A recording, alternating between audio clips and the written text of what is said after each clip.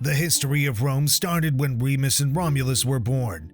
They were the sons of a Roman god, Mars, and Rhea Silvia, who was a princess. The city of Alba Longa, where the princess lived, was ruled by Nimator.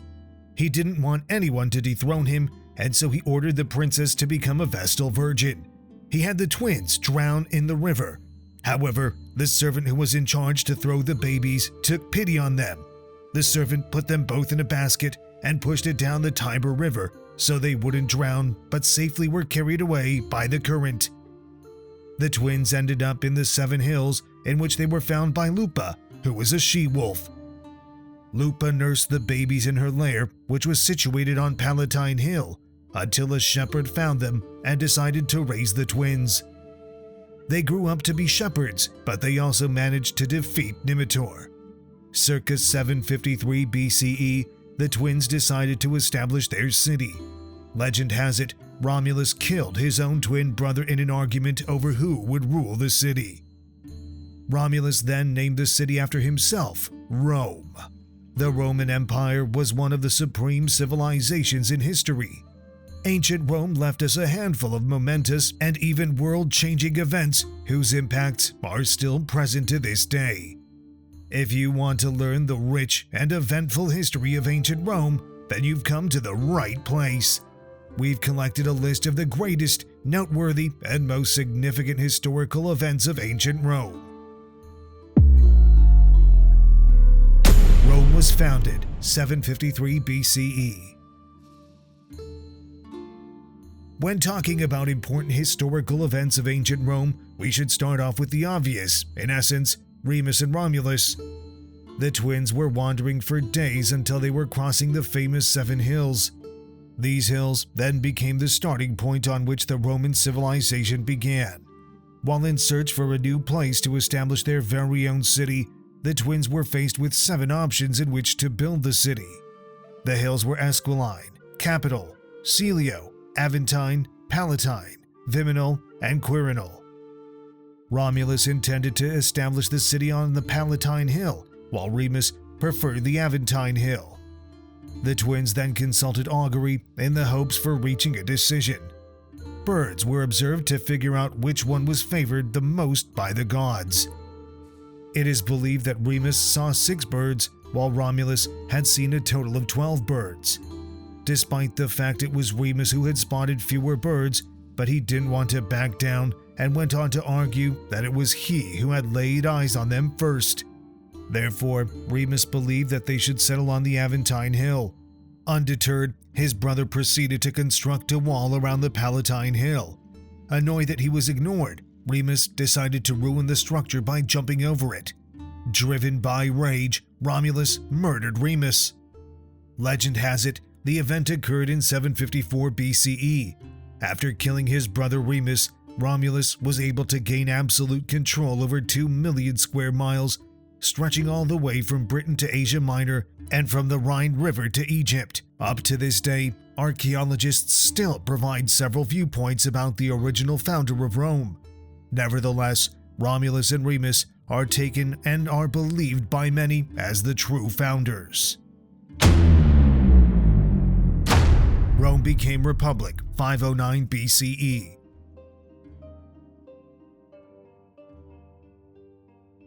The beginning of the classical Roman civilization began when Rome became a republic. Ancient Romans developed a big city empire which was ruled by the king at the beginning. They then formed a new governmental structure in 509 BCE, which was called the Republic. This structure that the Romans created was modeled by many across the globe over centuries. The start of the Roman Republic can be traced back to the time when a Etruscan conqueror was overthrown by the Romans themselves. Etruscan had had Roman control with an iron fist for over hundreds of years. The Romans then began to set up the new government structure once they were freed from Etruscan power. The newly founded Rome Republic gave its citizens the freedom to select the representative to rule on their behalf. At first, after the fall of the monarchy, the Romans were controlled by the great families, also known as the patricians. The plebeians, or remaining citizens, had no control or say over any political policies, despite the fact they might be just as wealthy as the patricians. Tensions between the two classes only grew from there, especially since the poorer residents had the bulk of the army.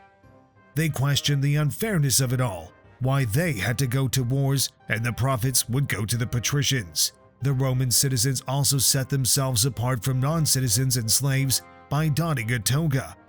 Various classes were created among the citizens, as well as with the difference in social status and privileges. The Laws of the 12 Tables, 449 BCE. In order to appease the plebeians, the Laws of the 12 Tables were enacted.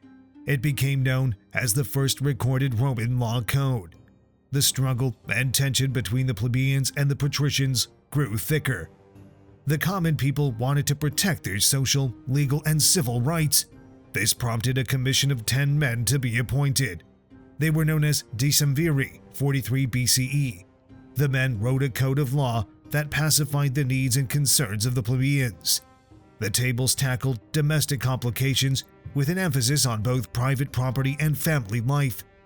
For example, common people were not only prohibited from imprisonment for debt, but they were also granted the right to appeal a magistrate's decision. Later, the plebeians were eventually allowed to marry patricians and become consuls. The rights of the plebeians in the Roman Republic continued to increase. The Lex Hortensia in 287 BCE eventually declared that all laws passed by the Concilium Plebis were binding to both the patricians and plebeians. It has come to pass that the 12 Tables was one of the earliest surviving law codes in ancient Rome. Hannibal invaded Italy, 218 BCE. The story of Hannibal and the Carthaginians marked the Second Punic War from 218 to 202 BCE against the Romans. When they lost to Rome in the First Punic War, the Carthaginians put a lot more thought into the second one. Both Rome and Carthage were on a temporary truce. When the Romans began to take more and more control of the Mediterranean Sea, where both economies, Carthage and Rome, heavily depended upon, the Carthaginians became worried. That's when a young general named Hannibal came into the scene. He was the son of Hamilcar, who was one of the most powerful Carthaginian generals. He had been forming his own plan to defeat the Romans, especially after his father's death. Invading the Romans by sea would be a sure defeat like last time. His great plan was, later on, become known as one of the most significant historical events of ancient Rome. His plan to take down the Romans comprises of a surprise effect in which they would come to Italy and attack from the Alps. In the spring of 218 BCE, Hannibal led one of the biggest military journeys of history that comprises 60,000 soldiers crossing the snowy mountains of the Alps and hot valleys. After 15 rough days passing the Alps, only 20,000 of his soldiers survived. However, the local Gauls, who hated the Romans, made up for the loss. The Romans were taken aback by the sudden arrival that it created chaos. Hannibal defeated the Romans twice, in a cavalry fight next to the river Ticinus and afterward at the river Trebia. He didn't stop there. He tore through the whole Roman legions in a massive battle near the lake of Trasimeno. The city of Rome expelled all non-Roman citizens 98 BCE. All the non-Roman citizens but slaves were expelled from Rome in 98 BCE. This period was known as the drastic point in the ancient Roman history, for the Romans decided that all who were not citizens must be exiled. They could stay on the exception that they held the status as a slave. While there was not much definitions and facts when it came to this particular period of ancient Rome, but it was still highly regarded as the far-reaching and harsh period for the non-citizens in ancient Rome. Gold coin, Aureus, 50 BCE. In 50 BCE, the Romans introduced its first gold coins called Aureus. It was worth 25 silver denarii. The first aureus was minted at the time of the Civil War against Mithridates and weighed 1/30th of the Roman pound. It was thought to be the presumable origin of the gold from the war booty. The fractions of this gold coin were the quinarius, which was equal to half aureus.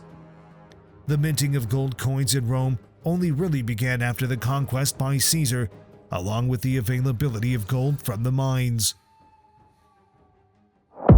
Julius Caesar, 100 BCE.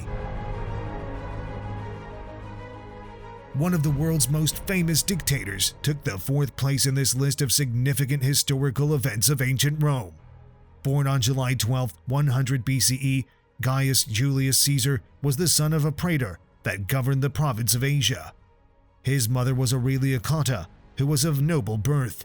Caesar joined the army when the new dictator, Sulla, began a systematic purge of those who held to the popular ideology. Caesar was one of those people who was ultimately targeted. This event led him to join the army and became one of the most effective soldiers. While sailing to Greece in 75 BCE, he was kidnapped by pirates and held for ransom. Even though he was treated well and maintained good relations with the kidnappers, Caesar reportedly told them that he would hunt them down and crucify them upon his release, but they thought it was a joke. When he was released, he held true to his words and had their throats slit before the crucifixion. This determination to do exactly what he said he'd do became the starting point of his defining characteristics throughout his life. His first victory was when he conquered Gaul in 58 BCE. This led to more victories in Asia Minor and Egypt. His dictatorship could be marked when his triumph in Rome surpassed all others. He began a complete reform of Rome's administration, including the new calendar system. When his friend in the Senate passed a resolution that he was to be dictator for life, rumors were spread about that he wanted to end the long Roman Republic tradition. The assassination of Julius Caesar, 44 BCE. What's more significant and momentous than the life of Julius Caesar himself is probably the day he was assassinated. When the gossip about Caesar wishing to be king and put a stop to Roman Republic tradition, a plot was hatched to bring him down. The plan involved as many as 60 people, led by Cassius and Brutus. On March 15th, which was funnily the idea of March in the Roman calendar came about, Caesar was sitting in his seat in the Senate when they started to execute their plan. More than 20 senators stabbed him as a way to share the responsibility. Caesar collapsed at the foot of a statue of his old enemy Pompey and stained it with his own blood. His death led to a new civil war. Instead of strengthening the old Roman Republic tradition as they had hoped, it resulted in chains of events that eventually led within 20 years to the end of the Roman Republic. It was replaced with the Roman Empire and, in a sense, it was Caesar's empire. The first 5 emperors came from Caesar's family, and it spanned for almost 100 years. Roman Empire, 27 BCE. The one responsible for the establishment of the Roman Empire would be Augustus. After successfully defeated Mark Antony at the Battle of Actium in 31 BCE, he also simultaneously put an end to the Roman Republic. The new governing structure brought extreme wealth while facing few military defeats. The Roman Emperor held absolute control in matters of social reforms, war, and religion. The empire reached its peak when the territory stretched from the English and Scottish border to Saudi Arabia in 117 Common Era. At its height, the population reached 70 million, which accounted for 20% of the population of the world. However, the empire became weaker due to the constant civil war, financial ruin, and barbarian invasion. The capital city had been moved from Rome to Ravenna 8 years before the fall of the empire.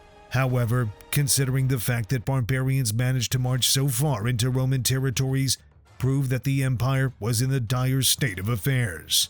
When the city of Rome was sacked by the Goths, it led to the fall of the empire in 476 CE. However, the period of Roman Empire left us legacies such as the Latin language, Roman numerals, and religion, Christianity. They also left great architecture, such as the Colosseum and the Pantheon. Augustus ended Pontifex Maximus, 12 BCE. In ancient Rome, the highest religious priest was called Pontifex Maximus. He was not a real magistrate, but rather a regular citizen. Pontifices were responsible for the entire Roman state cult and for several cults in particular. Initially, the post was only open to patricians.